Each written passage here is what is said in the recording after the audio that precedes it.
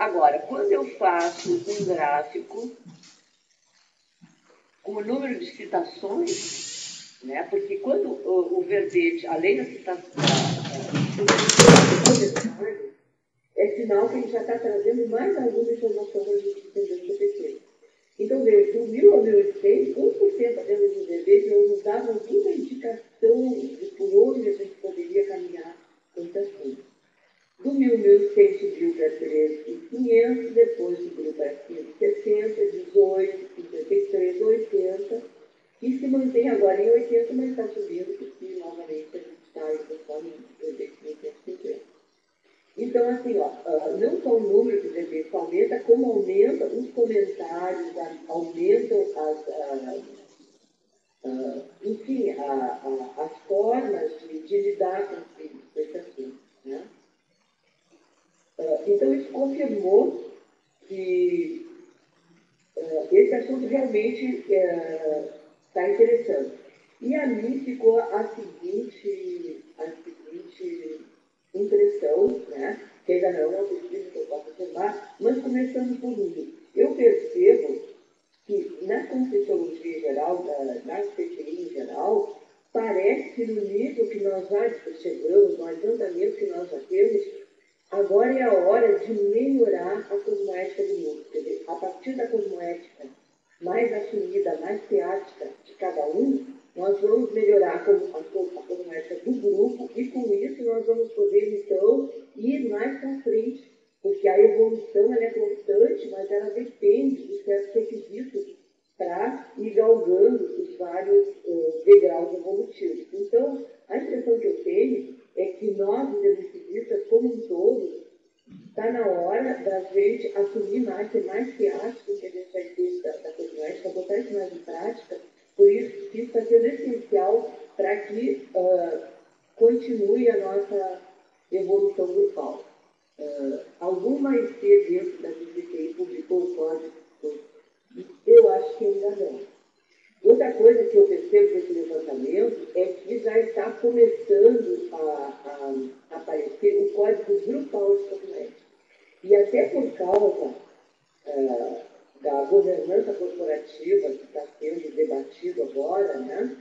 Que está sendo estudado agora, está aparecendo a necessidade de que, para que a governança corporativa seja melhor possível e reflita o paradigma social, vai ser preciso que haja um código grupal de cosmoética. Agora, esse código ele vai derivar do código pessoal de cada um dos membros.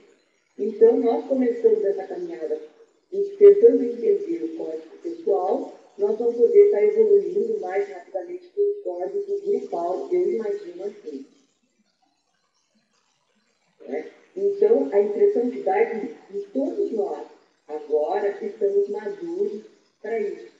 Porque, vejam, as depois, elas vão chegando aos poucos, né? Elas vão vindo lá da central, essa física de lei da verdade, aos poucos, à medida que a média dos evolucionistas vão conseguindo entender, né? Porque a evolução não dá saltos, o parador não faz ser evolutivo.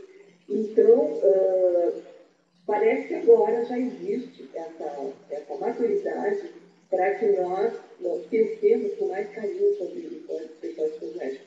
E a minha contribuição aqui é levantar isso e tentar trazer para vocês, porque eu não tenho nenhuma verdade fechada sobre isso, não tenho nenhuma ideia definitiva, estou tentando entender, porque eu percebo que, inclusive, na minha ProEx, se eu não entender e não praticar mais a cosmoética, não viver mais de acordo com o que eu já sei, as coisas vão começar a cair em cima. Não é? É aquele negócio, a gente sabe das coisas e tem um tempo para poder botar em prática. Não bota em prática, começa o contrafluxo, né? Continuando, para que a gente entenda um pouco, eu peguei do Weiss, do dicionário Weiss, algumas definições de código, até que a gente começar a pensar nisso. Essa parte eu vou ter que ver melhor, pesquisar mais, mas para a gente entender o livro de uma palestra de hoje já seria suficiente. Isso aqui, então, o que seria um código, né? É uma compilação sistemática com textos de leis, normas e regulamentos. E existem vários tipos de código, né? Tem o código civil, código eleitoral. Também o código pode ser um conjunto de disposições, regulamentos legais aplicados em diversos tipos de atividades. Assim, ó, tem o Código das Edificações, o Código Sanitário, né, que vai reger essas atividades. Também tem uma terceira forma de encarar código como um conjunto de ideias de um indivíduo ou de um grupo sobre o modo adequado de se comportar. Por exemplo, seu código de conduta é rígido, né, uma frase. Então, embora eu não saiba como definir o código pessoal de como é, do ponto de vista mais de para-direito, mas dá para entender que ele está mais próximo dessa terceira acepção, né? Que é um conjunto de ideias do indivíduo sobre a forma de se comportar melhor. Né? E aí as pessoas podem pensar assim, que cláusulas cada um usaria no próprio código? Será que teria cláusulas pétreas, cláusulas primárias, cláusulas secundárias? Será que a gente dividiria o nosso próprio CPC em capítulos? São ideias que a gente fica pensando, né?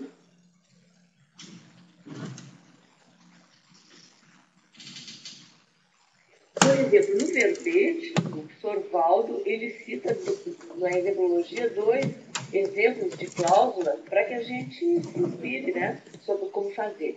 Então, ele colocou uma mini cláusula, uma cláusula pequenininha. Então, isso é sinal de que o código pode ter cláusulas menores, cláusulas maiores, né? Por exemplo, uma mini cláusula, autovivência sem pensionizar mal, pato pensênio, quanto aos outros. Na verdade, esse é o primeiro requisito para o brexista, parar de pato pensionizar. Né? Se perguntar assim, quais são as 3 primeiras coisas que o brexista precisa para começar a sua proex? Parar de pensar mal dos outros, dominar o EV e se auto-organizar. Né? Sem essas 3 coisas, não dá para encarar nenhum projeto mais sério, muito menos uma proex. Então, vejam, ó, isso está se refletindo até no exemplo de mini cláusula. Por que sempre aparece esse não pato pensionizar? Por quê? Porque a nossa evolução da forma como é proposta pela Conscienciologia, ela é baseada no fraternismo, no universalismo e na cosmoética. Né? Então, ela é baseada na interassistência. Ninguém assiste ninguém pensando mal dos outros. A primeira coisa para ser assistente é parar de pensar mal. Então, é bem possível que todos nós tenhamos que pôr essa cláusula no nosso CPC. Agora veja uma mega cláusula, autovivência da reconciliação universal, assistencial, permanente com toda a humanidade e para a humanidade. Isso é uma cláusula que deve estar lá no CPC do Serenão. Na minha ainda não pode entrar. Por quê? Porque até que eu me reconcilie universalmente com todos as consciências, e eu ainda preciso evoluir muito, né? Então, a gente pode ver, por isso que varia tanto, dependendo do nível evolutivo, as cláusulas que podem ou não fazer parte. Né? Então, no meu entender, o serenão é que pode dar conta de colocar uma cláusula como essa. Outra coisa ainda que nós podemos estar olhando para entender melhor o que seria a abrangência ou como se atua dentro do CPC, se a gente atentar para algumas relações do CPC com outras especialidades da Conscienciologia, talvez seja mais fácil nós conseguirmos abranger, né, todo o CPC. Então, por exemplo, o que ele tem a ver com a cosmoética? Tudo, né, pessoal? Porque ele é um código pessoal de cosmoética. Ele é simplesmente o entendimento pessoal, o entendimento de cada um quanto à cosmoética, né? E trazido para a sua teática. Então, nós sabemos que a cosmoética é a reflexão e a vivência da moral cósmica. Então, é isso, né? Viver a cosmoética é viver a moral do cosmos, é tentar entender como é que o cosmos funciona, como que ele faz para manter tudo em evolução, né? Ele é multidimensional, ele é a essência da maturidade integral. Né? Quando a gente fala em maturidade integral, a gente está falando da aplicação da cosmoética. A cosmoética está situada além da moral social, da deontologia, da ética, né? Que se apresenta, humana, né? Que pode se apresentar sob qualquer rótulo. Uma faceta importante da cosmoética é que, lá no teste 571 dos 700 experimentos, o teste é a teástica da identidade cosmoética. Ele fala uma coisa que eu tentei verificar na prática, né? De novo, não custa a gente lembrar, né, pessoal, tudo que está sendo dito aqui, a gente experimenta, não acredite, vamos ver o que nós já podemos entender disso que está sendo dito. Então, lá ele coloca o seguinte, que muitas vezes, ou na maioria das vezes, o que causa desafeição entre as pessoas é a diferença do CPC. Significa o seguinte, ó, se uma pessoa já entende que determinada tipo de coisa é errado, por exemplo, que mentir é errado, que tentar passar o outro para trás é errado, não é? Ele dificilmente vai conseguir conviver pacificamente com quem ainda acha que pode passar os outros para trás, que pode mentir, não é? Num momento mais adiante, nós vamos perceber que essa consciência, ela está ali para ser assistida. Mas no primeiro momento, nós vamos sentir uma certa repulsa de poder conviver com ela, principalmente se ele for nosso irmão, nosso primo, nossa dupla evolutiva, nosso colega, não é? Como a relação aqui horizontal, num primeiro momento a gente sente aquele impacto de desconhecer, de não sentir empatia. E essa falta de empatia, muitas vezes, é devida à falta de identidade cosmoética. Um tem um código mais elaborado, mais apurado, enquanto que o outro tem um código mais light, né? Que se permite fazer muitas coisas que o outro já sabe que é errado e não faz. Então, segundo, né, esse teste, se nós formos verificar, muitas vezes os desafetos e a desafeição são baseadas nisso, né? Porque realmente o que identifica a pessoa que faz ter empatia ou acabar com a empatia é a falta de cosmoética. Claro que num nível onde nós estamos ainda muito longe de sermos assistentes integrais, porque se nós estivermos atuando o tempo todo, mesmo com as pessoas, como a gente falou, com a dupla, com o aluno, com o colega, mas sempre na posição de assistente, nós não vamos ter essa repulsa. A gente vai conseguir superar isso e pensar em estar ajudando aquela pessoa que ainda está precisando ser esclarecida quanto àqueles pontos, né? Então, a cosmoética, ela faz parte realmente dos nossos relacionamentos, do nosso dia a dia, e cada um vai viver isso da forma como entende, né? Um outro verbete interessante é o aparecimento dos evoluciólogos, aonde diz assim, ó, porque às vezes eu percebo essa pergunta lá na tertúlia, né? Pergunta assim, mas professor Valdo, quando que os evoluciólogos já estariam nascendo entre nós? O evoluciólogo não é serenão, ele não precisa estar anônimo. Será que ele pode se apresentar como evoluciólogo para nós aqui, para a gente aprender mais com ele enquanto confie, se é que ele aparece, né? E ali diz o seguinte, ó, que ele, talvez, a conclusão que se chega é que ele pode aparecer sim, se identificar, sou fulano de tal, evoluciólogo, coisa e tal, mas só quando o nível do CPC, da média ou da maioria da CCCI comportar isso. Então, ali fica claro assim, ó, depende de nós melhorarmos a nossa cosmoética para que eles possam chegar e possam se apresentar, né? Então, diz até assim textualmente, ó, o aparecimento dos evoluciólogos em carne e osso à frente depende, afinal, de todos os intermissivistas vivendo nessa dimensão, né? Então, vejam como isso acaba sendo importante em várias... Está melhorando a cosmoética, tem implica em várias coisas, né? Outra relação importante é com a evoluciologia. É óbvio, por quê? Todos nós estamos aqui para evoluir. A própria PROEX existe para que essa evolução se dê de uma forma mais técnica, mais sistemática, que ande mais rápido, que seja mais, exatamente, que ande mais rápido, que a gente não leve tantas vidas para aprender a desenvolver determinados atributos, né? Que a gente desenvolva mais rápido, amadureça mais rápido e consiga ter uma assistência melhor mais rápido, né? Então, o que é evoluir? Evoluir é ficar maduro. O que é ficar maduro? É entender mais da cosmoética, né? O que é evoluir? Então, é ficar mais maduro, é ficar mais homeostático, mais equilibrado, é ficar com mais saúde, né? Então, o que é o contrário da pessoa que evolui, né? É a pessoa que é infantil. Então, quem é muito infantil está com a sua evolutividade prejudicada. Quem é muito entrópico, muito desequilibrado, está faltando evolução aí, né? Quem é muito patológico, tem muitas doenças, seja no soma, seja mentais, né?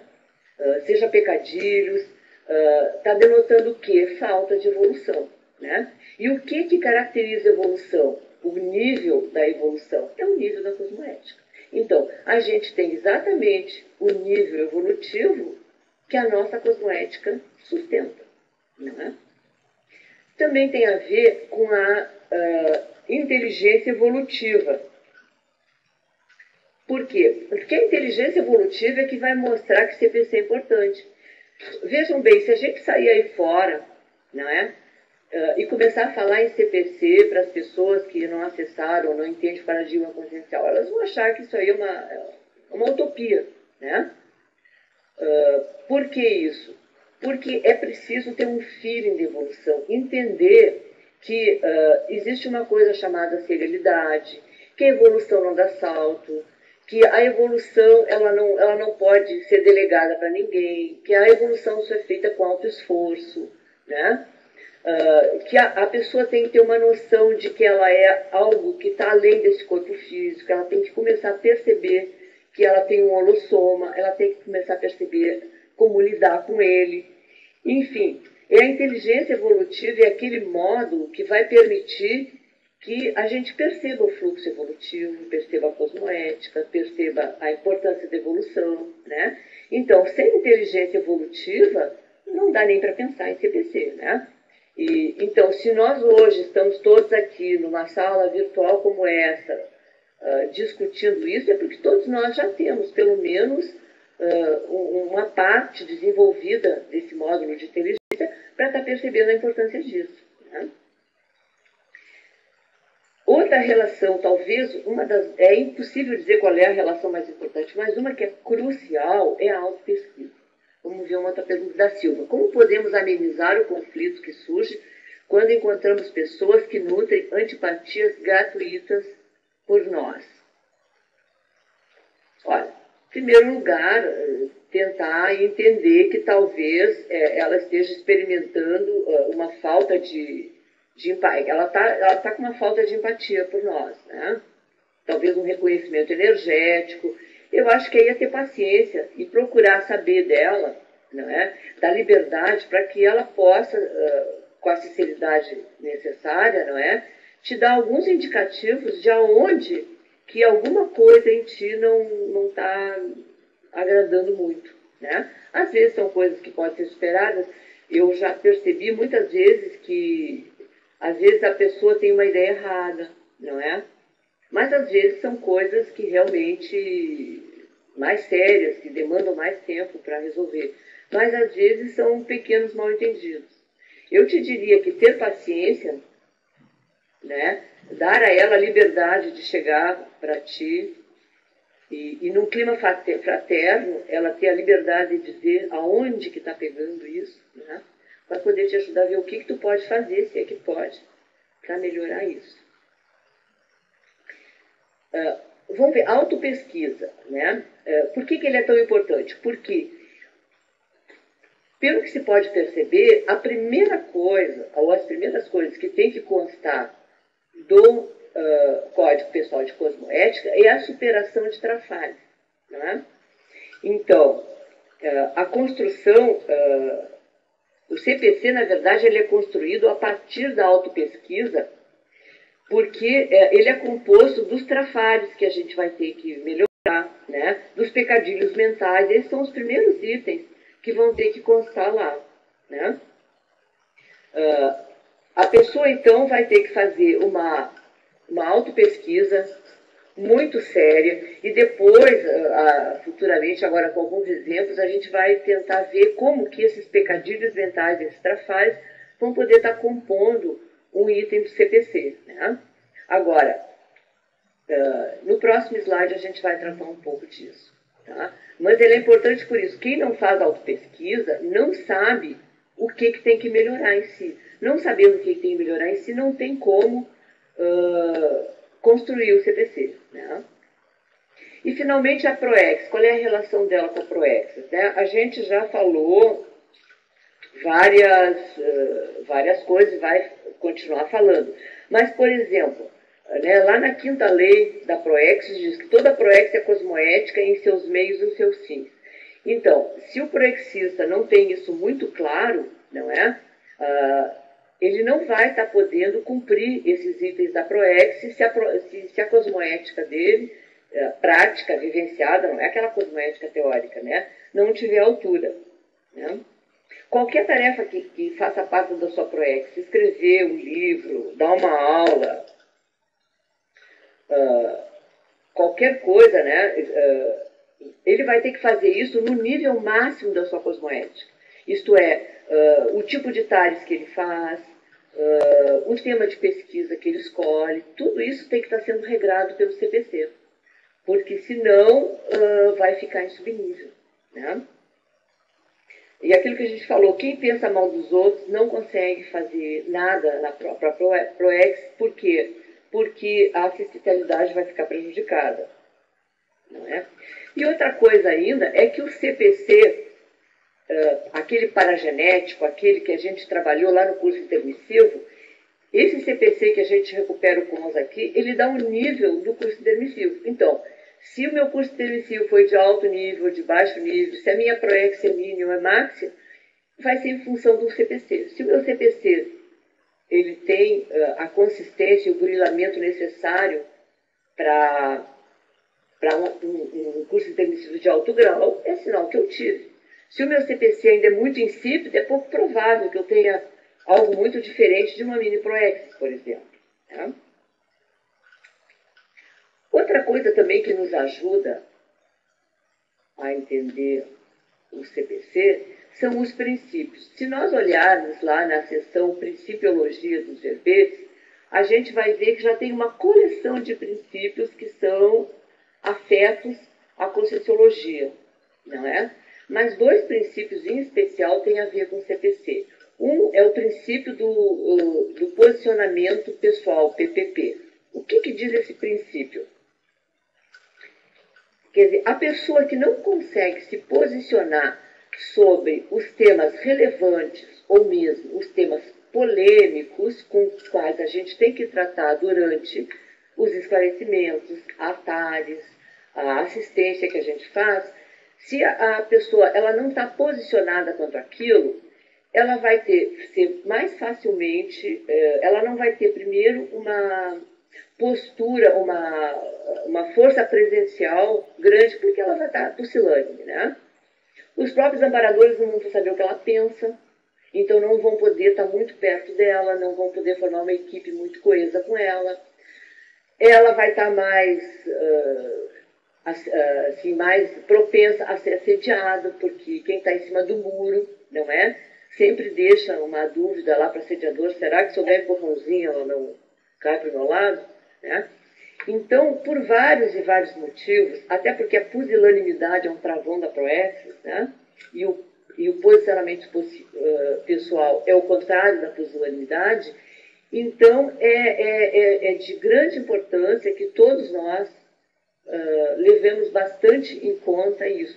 Agora, esse posicionamento pessoal, né, é aquilo assim, o que eu penso sobre aborto? Tem gente que pergunta assim, ó, pessoal, o que a Conscienciologia fala sobre aborto, hein? O que fala sobre eutanásia? O que o professor Valdo acha disso, daquilo, né?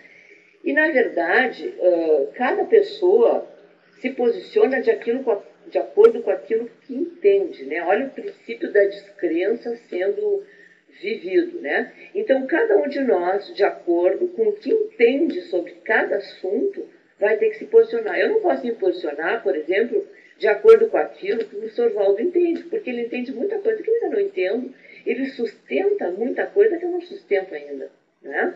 E não posso esperar que a comunidade como um todo deixe claro o que eu tenho que pensar sobre aborto, ou sobre pena de morte, ou sobre belicismo, não é? Porque isso seria pusilanimidade da minha parte também, né? Então, o ideal é que cada um de nós fique se posicionando o tempo todo, né? Mas, claro, é um posicionamento que reflita, precedido de reflexão e que reflita a própria cosmoética. É por isso que isso aí tem tudo a ver com o CPC. Quem não se posiciona não pode com o CPC, né? Outro princípio muito prático é o princípio do posicionamento, do exemplarismo pessoal. O que diz esse princípio? Esse princípio é o princípio da pessoa que escolheu viver dando exemplos cosmoéticos. Porque vamos observar uma coisa, todos nós, qualquer consciência, aliás, qualquer princípio consciencial, ao se manifestar, então a consciência, como ela está sempre se manifestando, seja como consciência, como consciex, como consciência projetada, em qualquer dimensão, a consciência está sempre se manifestando. E qualquer manifestação da consciência está sendo vista, não é? Acompanhada pela multidimensionalidade, né? Nós que vivemos pelo paradigma consciencial, nós sabemos que nós somos consciências multidimensionais. Então, tudo que nós fazemos, nós pensamos, está sendo visto ou por outras consciências, ou por assediadores, ou por o orientador evolutivo, os amparadores, não é? Então, já que é assim, quer dizer, já que nós estamos, querendo ou não querendo, dando exemplo o tempo todo, né? Então, escolher que a nossa manifestação, ela aconteça no sentido de darmos o exemplo mais cosmoético a cada coisa que a gente faz. Então, se eu vou dar uma palestra, qual é a forma mais cosmoética de fazer isso, né? Se eu vou dar uma aula, se eu vou ter um interrelacionamento com um colega, vou fazer alguma tarefa junto com ele, vou me manifestar num debate, vou simplesmente conversar com a família num domingo, em qualquer hora, em qualquer tempo, está pensando, eu estou sendo um exemplo. Qual é o melhor exemplo que eu posso estar dando? Muitas vezes as pessoas dizem assim, eu tenho tanta dificuldade de assistir a certas pessoas que eu gostaria muito de estar assistindo, porque elas não aceitam, não é, a TADES, elas preferem a consolação, elas não querem ser esclarecidas, eu já fiz de tudo, elas não querem nem ouvir, né? Ora, o exemplo sempre pode ser dado, né? Então, muitas vezes, realmente, a gente não pode estar assistindo, fazendo um esclarecimento mais direto. Então, o que nos resta, né? É deixar a consciência na condição que ela escolheu estar, né? Respeitar essa liberdade, mas cuidar para que a gente, nós próprias, estejamos exemplificando aquilo que a gente estava até querendo esclarecer para ela. Né? Não esclarecer com palavras, mas talvez esclarecer com a nossa própria postura em relação àquele assunto todo. Né? Então eu vejo assim, que esses dois princípios, eles são muito importantes e eles são verbetes, que podem ser acessados. Eles são muito importantes para nos ajudar a compor o nosso próprio CPC. Seguindo em frente, pessoal. Aqui, eu fiz algumas reflexões sobre o CPC, coisas que eu entendi, né? Que eu espero ser de alguma ajuda, até para a gente entender o que nós vamos falar daqui para diante, tá? Então, refletindo sobre tudo que eu li sobre o CPC, me parece claro que um dos itens a compor são os trafares, não é? Então, não dá para fugir de que os trafares, as fissuras, os pecadilhos mentais que a gente for detectando na autopesquisa e que precisam de urgente reforma e superação, né? Por exemplo, cada um na sua pesquisa, é óbvio que se nós somos pré-serenões, 25% só, é óbvio que nós estamos cheios de trafalhos a serem melhorados, de trafais, né? De falta de desenvolvimento de trafores, né? Agora, tem alguns que nesse momento evolutivo, para cada um de nós, é o mais importante, né? Então, na autopesquisa de cada um, seria interessante que a gente pudesse ver nesse momento qual o trafar ou o pecadilho mental que mais me incomoda, que mais está perturbando as coisas que eu quero fazer, que está me deixando mais preso, né? E começar pelas ações que iriam levar à superação. Por exemplo, o que seriam, né, que eu tenho notado assim, na convivência? Patopentinização, muitas vezes, é a coisa mais urgente da pessoa, pelo menos diminuir o nível da patogenização. O descuido com o soma. Algumas pessoas, né, têm um descuido com o soma que acaba comprometendo a sua eficiência, né? É só olhar para o Sorvaldo, né? Como ele consegue trabalhar, produzir na idade que ele tem. Por que ele faz isso? Por que ele consegue isso, né? Muitas vezes com uma vitalidade muito maior que nós conseguimos hoje, muito mais moços do que ele. Porque ele tem um cuidado muito grande com o soma, né? Então, assim, quem cuida do soma consegue trabalhar, consegue, nessa dimensão, né, fazer muito mais, por mais tempo, do que quem não cuida do soma. Então, por aí a gente já está vendo, ó, que cuidados com o soma pode ser uma das divisões lá do CPC, né? Então, às vezes a pessoa detecta, então, que é um descuido com o soma, às vezes é um descaso com as energias, né? Às vezes a pessoa percebe que a convivialidade dela está muito prejudicada porque ela é muito sarcástica, que a primeira coisa, que o que mais ajudaria ela se ela dominasse aquela veia sarcástica que ela traz já de muitas vidas, mas que agora no trabalho que ela quer fazer já não dá mais, né?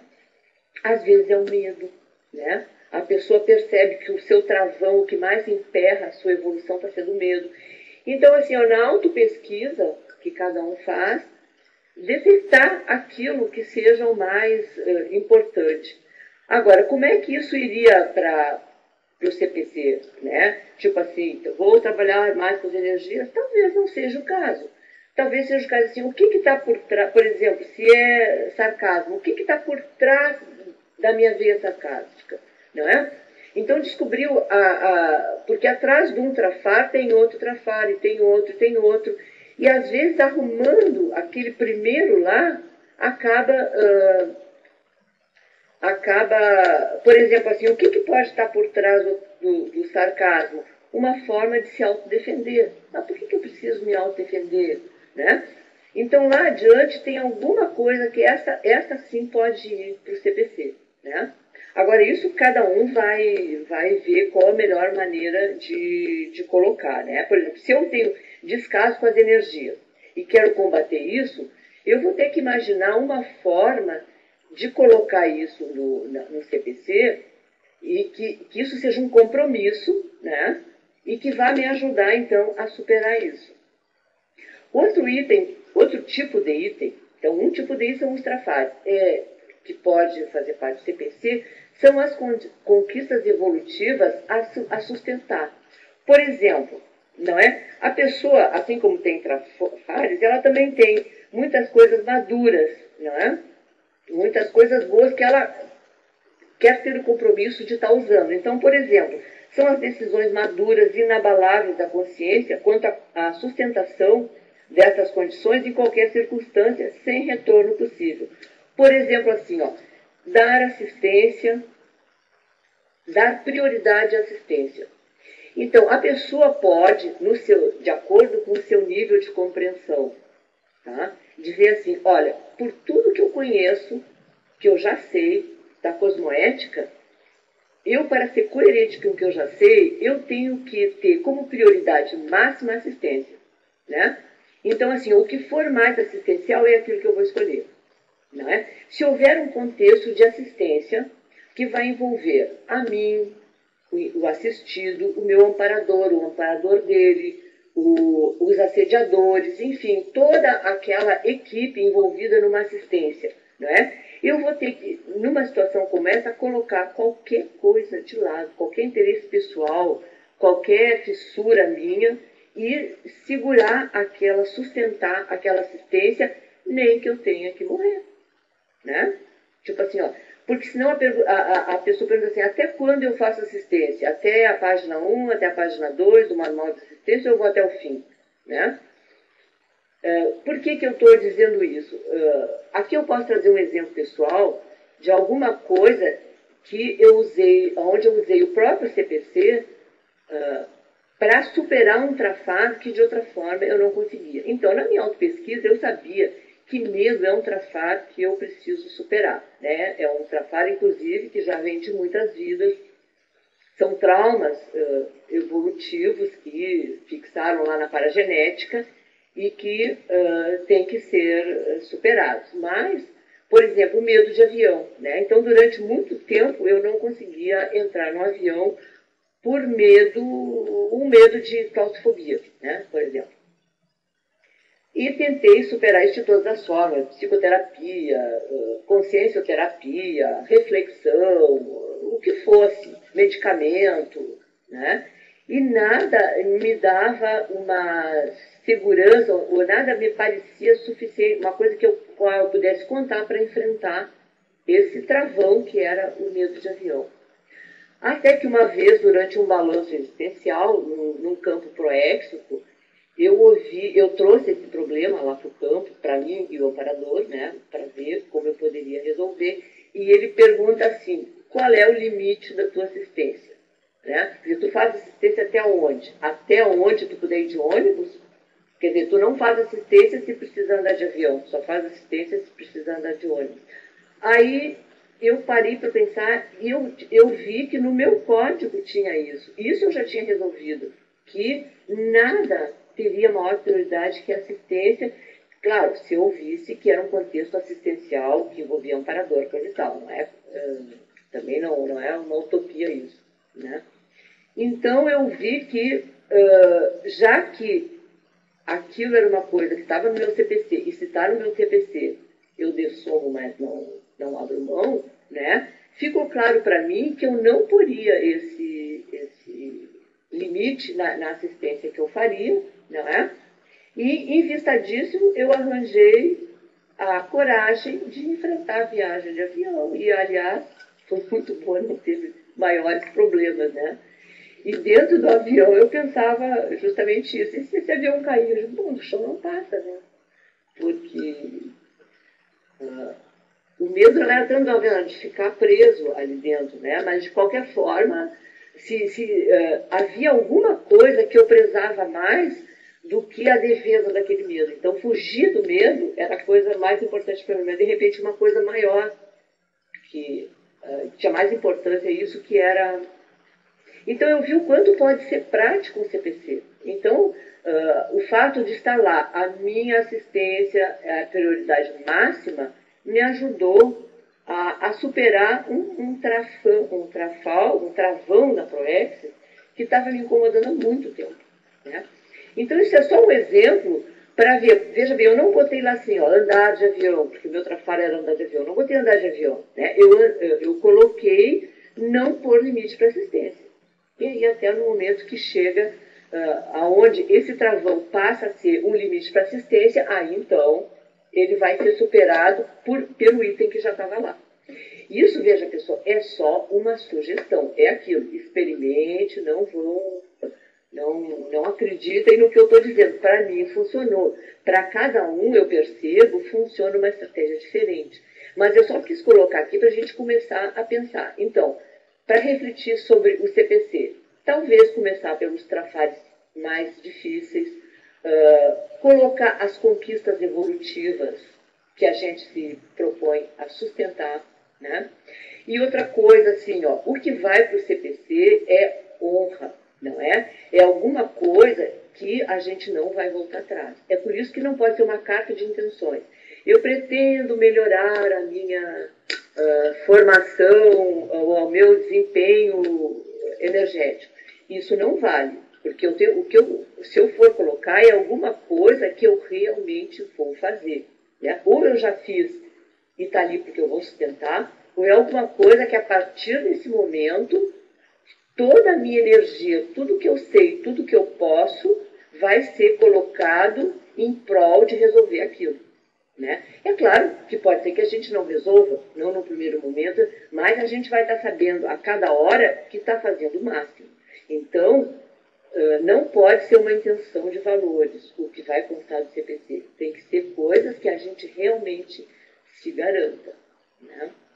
Então, outra coisa, a tríade da erronia também é um verbete que fala de alguns trafares que todos nós temos, né? A omissão, o engano, o erro, tudo isso, se a pessoa é dada à omissão, né, ao fato de passar batido, a ser descuidada, ela pode começar a pensar em transformar isso num item do CPC, ou colocar um item lá que dê conta disso. O engano, né, o mal-entendido, a desinformação. Tem muita gente que comete muito engano porque ela não se informa, ela não vai atrás da informação. Ela fala as coisas pela metade, deixa tudo mal-entendido, me enganei. Né? Então, se a manifestação dela e a proexis dela se prejudica com isso, está na hora dela ter algumas ações onde ela possa superar isso. Né? E o erro é a incorreção mesmo, a injustiça, a mentira. Né? Então, essas são algumas reflexões para que a gente possa estar olhando agora os outros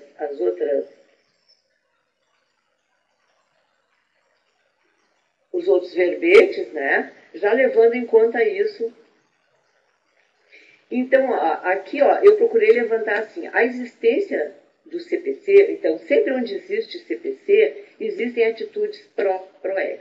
Então, essa também é uma relação do CPC com a proex, tá? As atitudes pró-proex, se a gente for olhar, todas elas estão baseadas na cosmoética, né? Então, por exemplo, a qualidade da autoexpressão.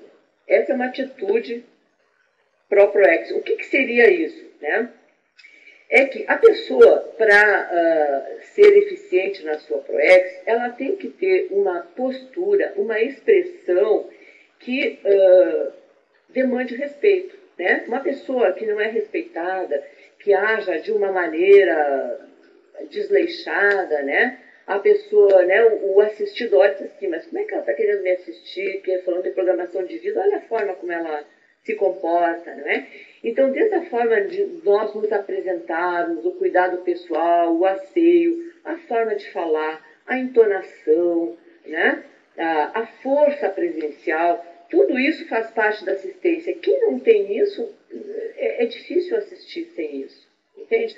Por exemplo, nós aqui na Proex, na verdade, nós somos alguém que faz parte de uma equipe multidimensional, né? Então, eu como proexista estou aqui, por exemplo, fazendo uma palestra. É óbvio que está envolvido aqui a minha própria Proex, meus professores de curso permissivo, meus amparadores de função, amparador pessoal, os assistidos, os amparadores dos assistidos. É claro que eu tenho uma responsabilidade, porque sou eu que sou a ponta visível aqui, né? Não sou a mais importante, mas eu sou a mais visível.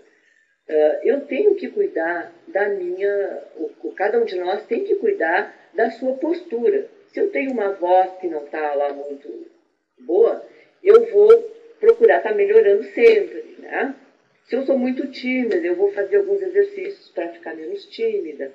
Enfim, a gente procura cuidar ao máximo, por quê? Porque se nós somos aqui o representante do orientador evolutivo, na verdade é isso.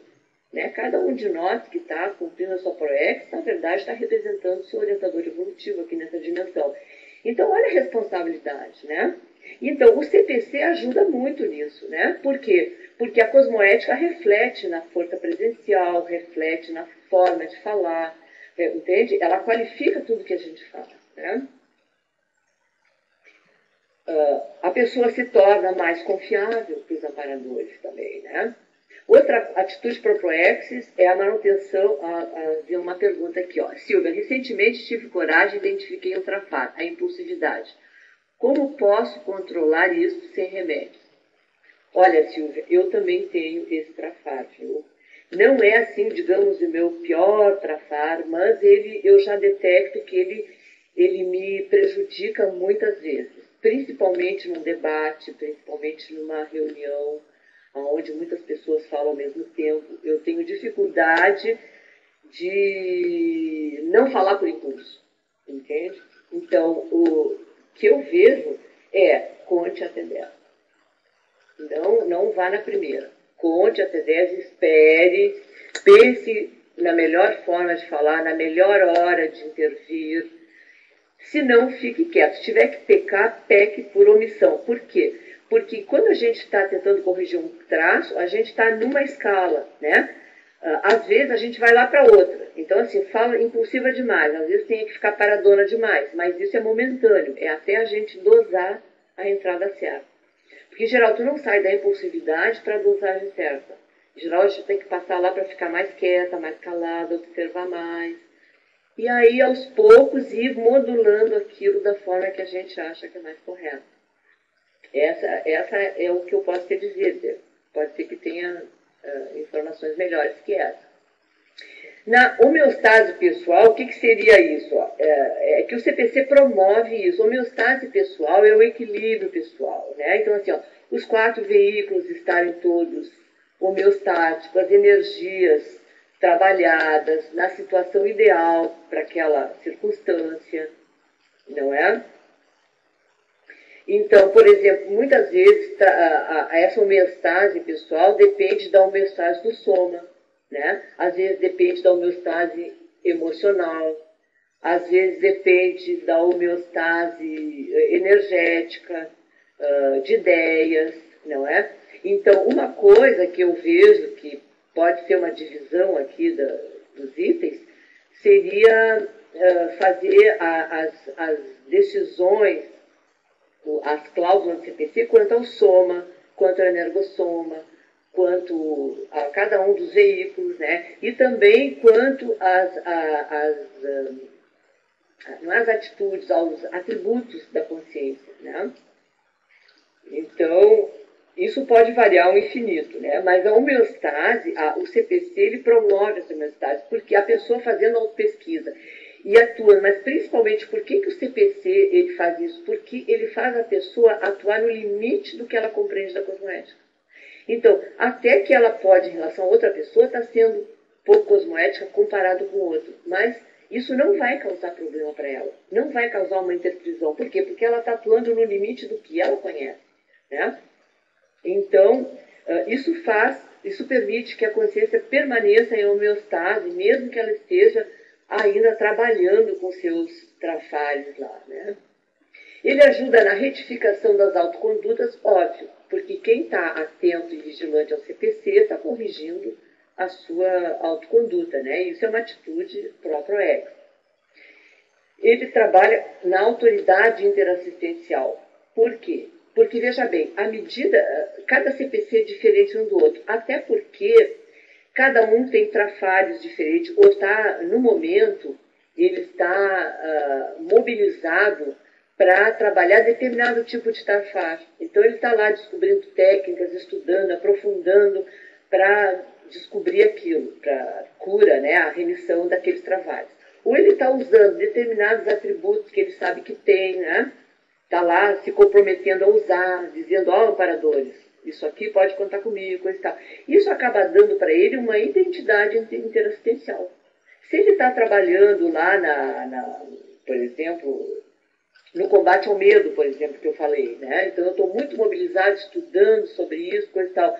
Ora, os amparadores vão saber que as consciências, as consciex, que tem falta de esclarecimento nesse tema, tem alguém lá estudando isso. Então, o próprio CPC vai refletir o nosso tema de pesquisa, por que a gente tem interesse por aquele tema de pesquisa, né? Ou por que está trabalhando com esse ou aquele trafar, por que está usando esse ou aquele atributo. Tudo isso acaba refletindo a característica da pessoa, né? E ela acaba dando autoridade e identidade para o tipo de assistência que ela pode fazer. Não é? Outra coisa são as reciclagens e as recins. quem está trabalhando com o CPC, quer dizer, o que é a reciclagem? É a melhora, né, nos seus trafários, o uso mais proativo dos seus trafórios, a construção dos seus trafais. Então, é óbvio que o CPC é um instrumento que, assim, ó, que está sempre embaixo do braço do quem faz Recim, que faz Ressex. Né? Até porque a Recim e a Ressex é produto do CPC, né, da aplicação do CPC.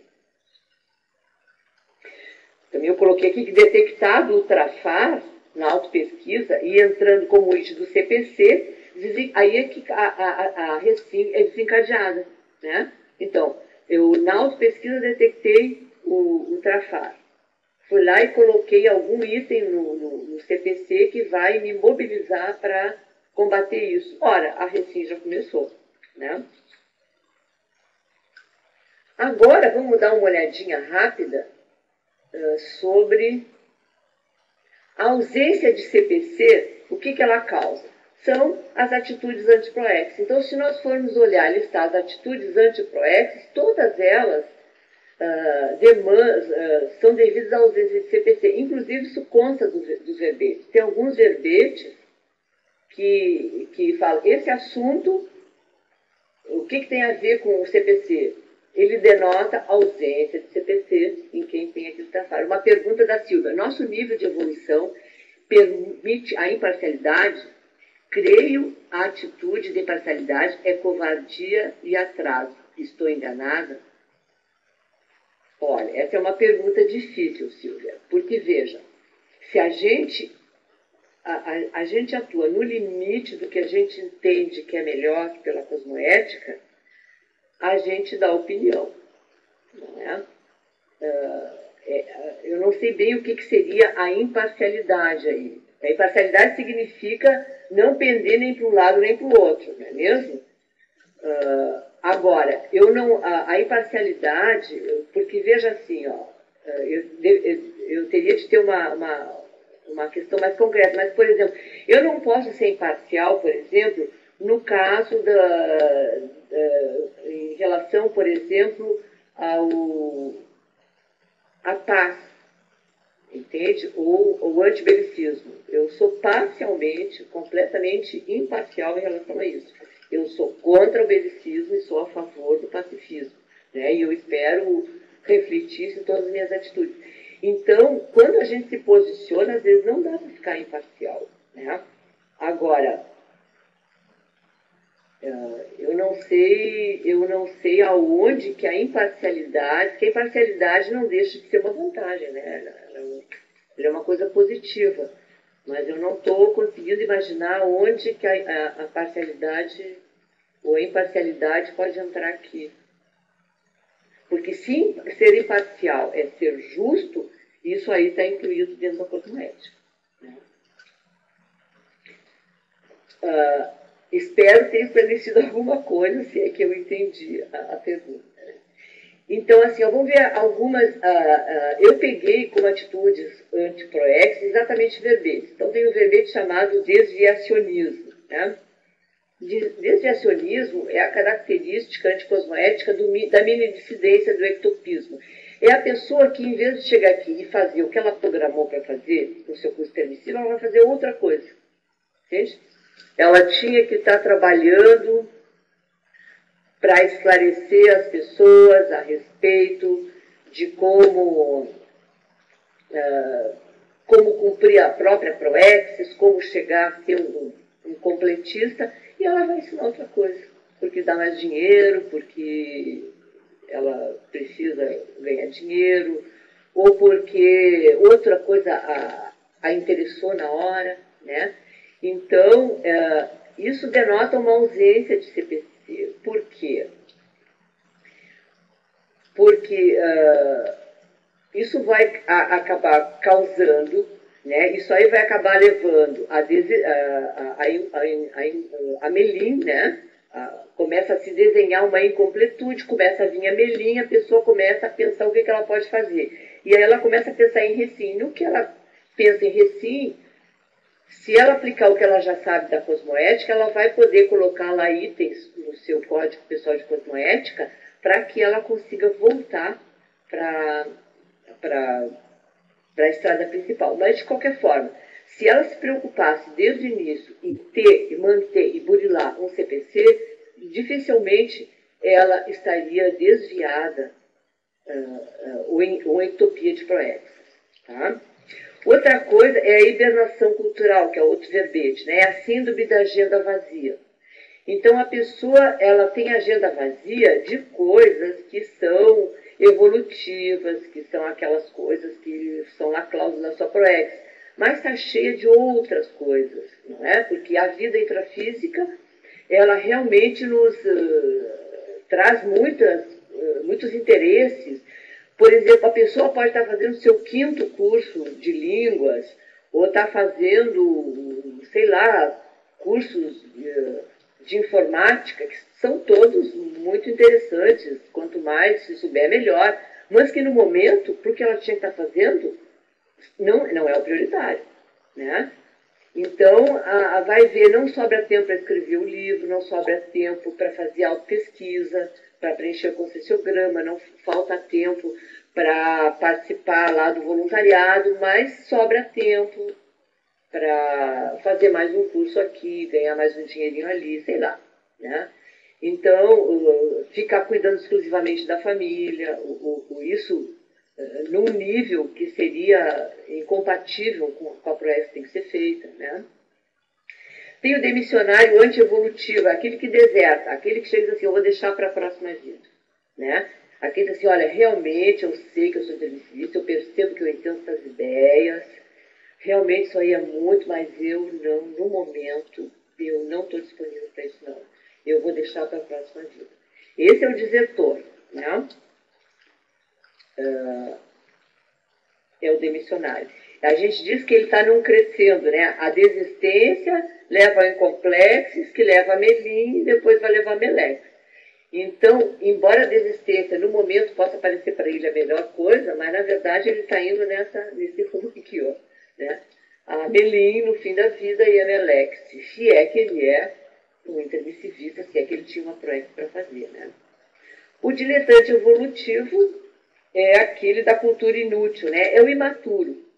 Ele até sabe que tem proexis, até gostaria de estar fazendo a proexis, mas ele está muito interessado em outras coisas, em esporte radical, em andar de moto, em encontrar com os amigos, né? No happy hour, né? De assistir a última peça, né? Enfim, acaba... porque o que é isso? É imaturidade, né? Na verdade, é até esbanjamento consciencial, né? E parece que esses travões que a gente falou até agora, eles são meio característicos de quem faz o primeiro curso de medicina, né? Ainda essas ideias não estão bem vincadas e a pessoa chega aqui e acaba se desviando, né? A inconvivialidade também é uma falta de CPC, porque o que seria inconvivialidade? A pessoa que não consegue conviver com o grupo, ela até sabe que a sua proexis é lá em Foz do Iguaçu, ou sei lá em Porto Alegre, mas ela tem que morar no interior, ou ela não pode, ou às vezes a proexis é lá na Inglaterra, ou em Portugal, mas ela não sai do lugar, não é? Ela não está disponível para convivência, né? Ela não gosta de europeu, ela não gosta do pessoal lá em Foz do Iguaçu, ela não convive, ela se exclui, ela se auto-exclui, né? Quer dizer, a deficiência na convivência é um travão que não permite que ela participe da proexis grupal, né? É a autoexclusão voluntária, que se diz. Isso aí, ó, o CPC daria jeito. Por quê? Porque a pessoa detectaria na autopesquisa que não é possível viver assim, não é? Que ela não pode prejudicar o maxi-mecanismo, sendo ela uma mini peça que não está querendo funcionar, e ela pode, então, decidir e colocar lá no seu CPC, melhorar esse ponto, né?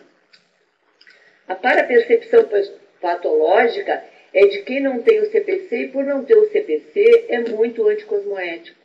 Age com muita anticosmoética, e o que acaba vítima das consciências, né? Os assediadores deitam e enrolam na pessoa anticosmoética, né? Então, ele acaba até assim, ó, ele é parapsíquico, ele percebe, mas ele só percebe coisa ruim. Ele sai do corpo, só leva susto, só é perseguido por, né? Só volta depois todo extenuado da projeção consciente. Ele não consegue contratar um amparador, né? Então, isso um CPC, a falta de CPC que causa isso, né? Esse remitente comportamento anticosmoético, né? Aliás, o CPC, não vai dar para falar sobre todas as coisas, mas o CPC, ele governa as GESCOMs, por exemplo, né? Que tipo de coisa nós vamos estudar, até onde nós vamos estudar, como expor essas verpons da forma mais cosmoética possível. Da mesma forma, a parapercepção, ela melhora muito com o CPC, porque a pessoa atuando no limite da sua cosmoética, ela vai ter mais facilidade de transitar no extrafísico, onde a cosmoética das dimensões extrafísicas estão num nível melhor que o nosso mesmo, né? E mirmido é o nome do verbete que fala do subalterno inconsciente.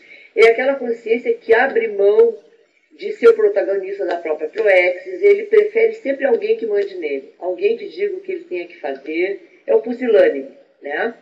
Então, isso aí também denota a falta de CPC, né? Porque se ele trabalhar no limite da sua cosmoética, ele vai ver que se posicionar pessoalmente, que não delegar a sua evolução para os outros, que assumir que é ele que tem que evoluir, e não adianta evoluir ficando só embaixo da asa de alguém que ele admire, né? Que isso aí é uma lavagem cerebral, que ele acaba, às vezes a pessoa nem quer fazer isso com ele, mas ele acaba se lavando sozinho, cerebralmente, né? Então, só como exemplo, assim, ó, vários verbetes que representam atitudes antiproexes, todas elas estão lá classificadas como problemas decorrentes da ausência de CPC.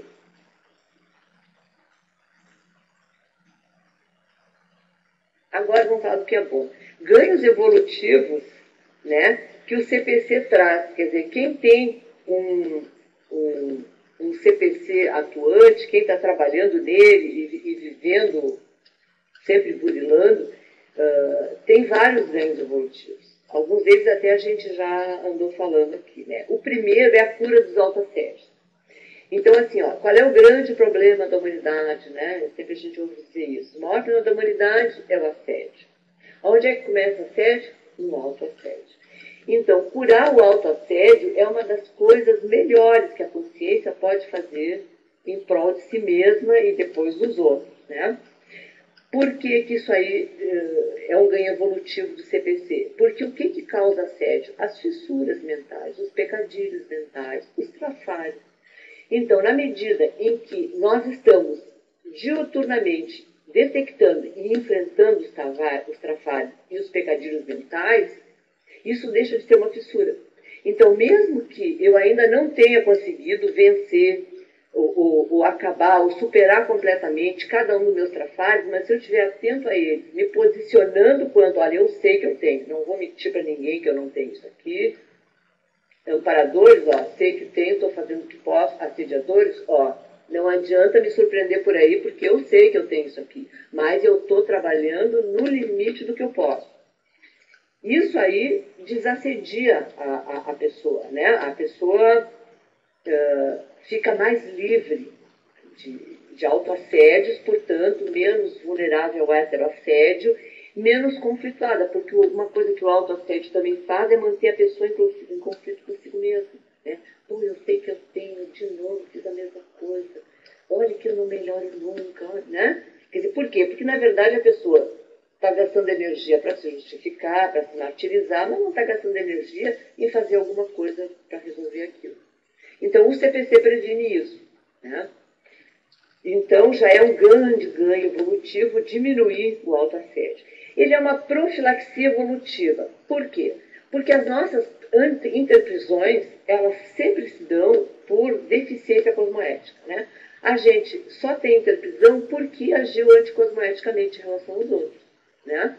Ora, se eu tenho um CPC, se eu faço pesquisa para manter esse CPC atualizado, eu estou, na verdade, desatando os nós das interprisões, né? E ao mesmo tempo que eu estou errando menos, olha lá o trio da erronia, que eu deixei de estar trabalhando naquilo, eu estou desfazendo aquilo. Portanto, hoje, nesse momento evolutivo, eu não mais produzo interprisões, não é? Porque eu estou trabalhando no limite do que eu sei, mesmo que eu erre, mesmo que eu não resolva a questão, mas se eu estou trabalhando no limite do que eu sei, eu não estou gerando interprisão. E ao mesmo tempo estou desatando os nós evolutivos que me mantiveram preso em determinados grupos, que estão me fazendo hoje ter que assisti-los antes de poder fazer tantas outras coisas que eu gostaria de estar fazendo, não posso, porque tenho que assistir lá, né, o que eu desassisti antes.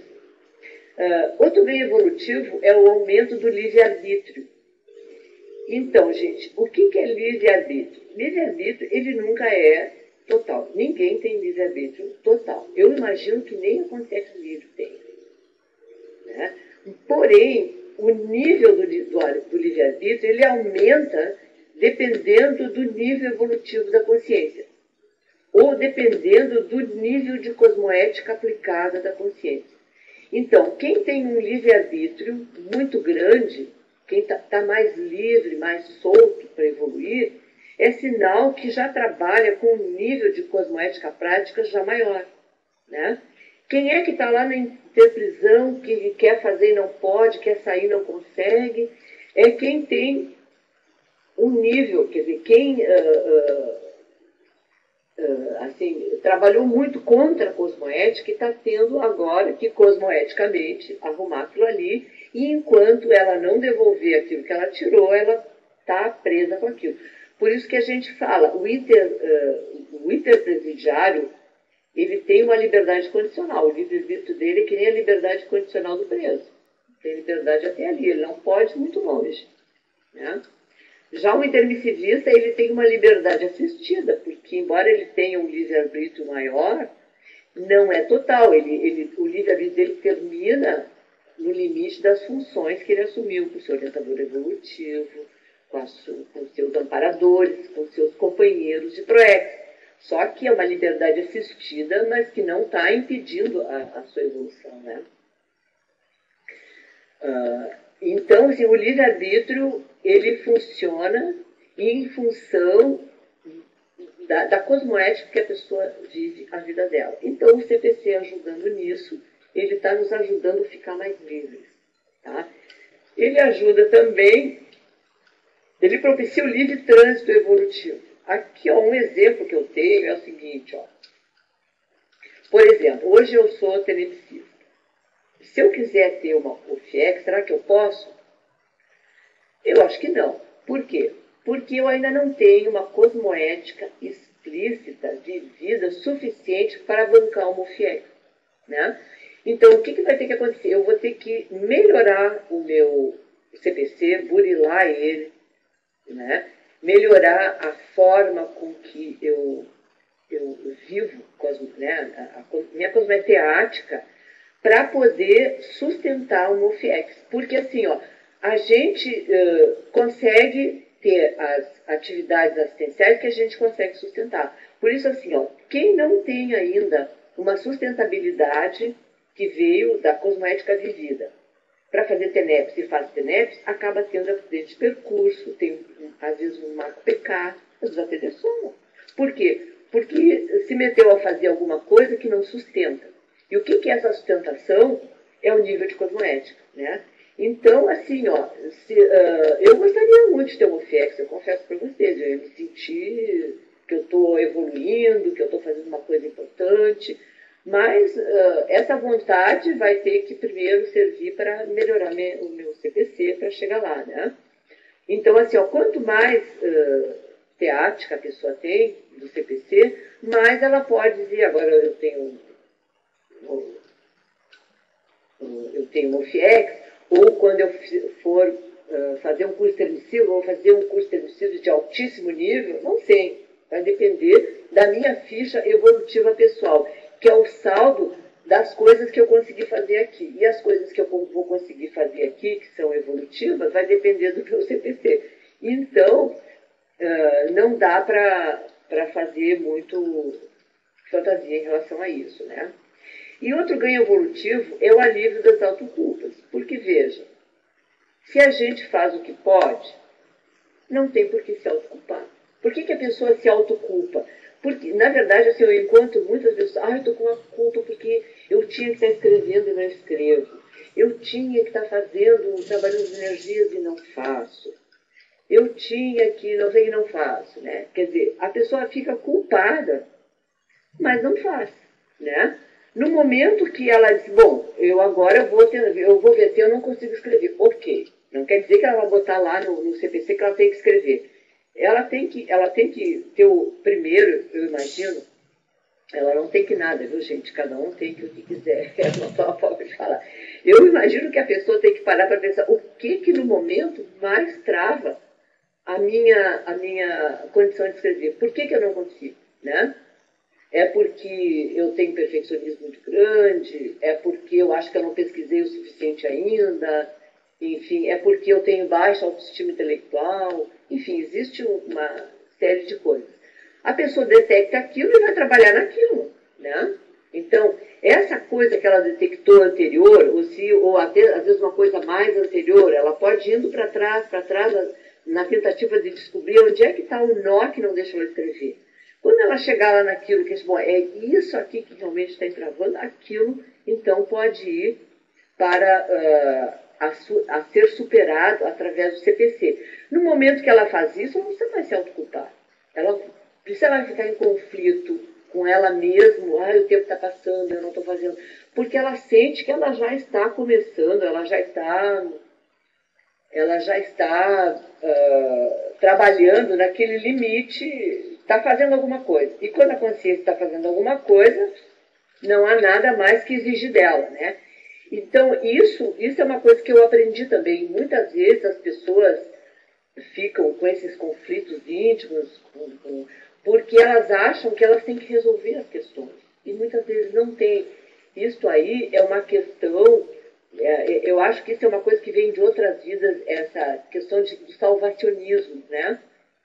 Eu acho que antigamente nos ensinaram que a gente tinha que fazer até conseguir. Se não conseguisse, é porque falhou, né? Aquele negócio da culpa. E hoje a gente vê que não. O que cada um de nós tem que fazer é fazer o melhor que pode, nas suas condições, naquele tempo, naquele espaço que tem, não é? Confiar que tem amparadores na história, confiar que as coisas não vão acabar nem hoje nem amanhã, né? Confiar que às vezes a gente não tem esse poder todo que pensa que tem, né? Mas que se nós tivermos consciência perante nós mesmos, de que a gente está fazendo o melhor, os conflitos internos diminuem, as culpas diminuem, né? E por isso que o CPC é bom, ele pontua, que nos mostra para nós mesmos que a gente está fazendo o melhor que pode. O César Simões, Silvio Sul, faz, é um indicativo da presença do guia cego. Também. Porque na verdade nas outras vidas eu acho que a gente tinha guia cego mesmo, assediador, guia cego, senão a gente não seria tão lavado cerebralmente. Pelo menos eu estou na minha autopesquisa chegando à conclusão de que a lavagem cerebral realmente é uma coisa que não só eu vejo assim até na atitudes parecidas com a minha nos outros, né? Que a gente está tendo que superar nessa vida mesmo. Essa vida vai servir para isso, para apagar esse programa e começar de novo, porque o que a Conscienciologia nos traz, os amparadores, a noção de proexis, é fazer o máximo possível, né? Mas sendo feliz, fazendo o máximo possível, nos beneficiando, né? Sabendo que a gente está ganhando com aquilo, vendo que a gente está colaborando com os outros, vendo os outros ganhar com aquilo que a gente é capaz de fazer, sendo mais relaxados e menos exigentes conosco mesmo. Ser auto-imperdoador é uma coisa. O que é ser auto-imperdoador, né? Tem até o binômio, auto-perdoador, hétero-perdoador. Aos outros a gente perdoa tudo, tá? Agora, nós mesmos, o que é ser imperdoador? Não é ficar nos flagelando. É tipo assim, ó, dentro do que eu posso fazer, eu não permito que eu faça nada menos do que eu posso. Ora, se eu posso, não preciso sofrer fazendo, eu posso fazer. Né? Agora, não fazer nada menos do que isso. É isso que é ser pensador. E não exigir que faça de qualquer jeito, de qualquer modo, que é essa herança que a gente trouxe de outras vidas. Então, na verdade, a gente está aqui para ser feliz, né? Para fazer as coisas de forma relaxada, para ter bom humor, né? Para ajudar os outros, não se irritando com as dificuldades deles, mas ajudando numa boa. Para mim tem sido isso, o CPC tem sido a minha salvaguarda para conseguir ter essa nova postura, né? Que a partir dessa vida todos nós podemos começar a ter. Gente, eu estou disponível para perguntas, mais uma pergunta, e eu vou ficar à disposição, se vocês, o tempo aqui não é marcado, vocês podem fazer mais perguntas, se eu puder responder. Mas já desde já eu agradeço a paciência e a presença de vocês, e vai ser muito bom essa conferência, porque quando a gente conversa assim, ajuda, até eu estou entendendo um pouco mais sobre CPC ao conversar com vocês. Camargo, agradeço a Beatriz e a equipe da PEX, Teleconferência, por essa excelente aula de conhecimento. Obrigada, Camargo.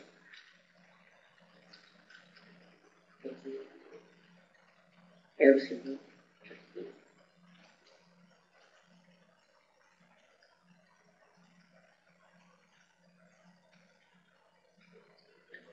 Ok, se não houver mais perguntas, a gente vai encerrar então. Tá?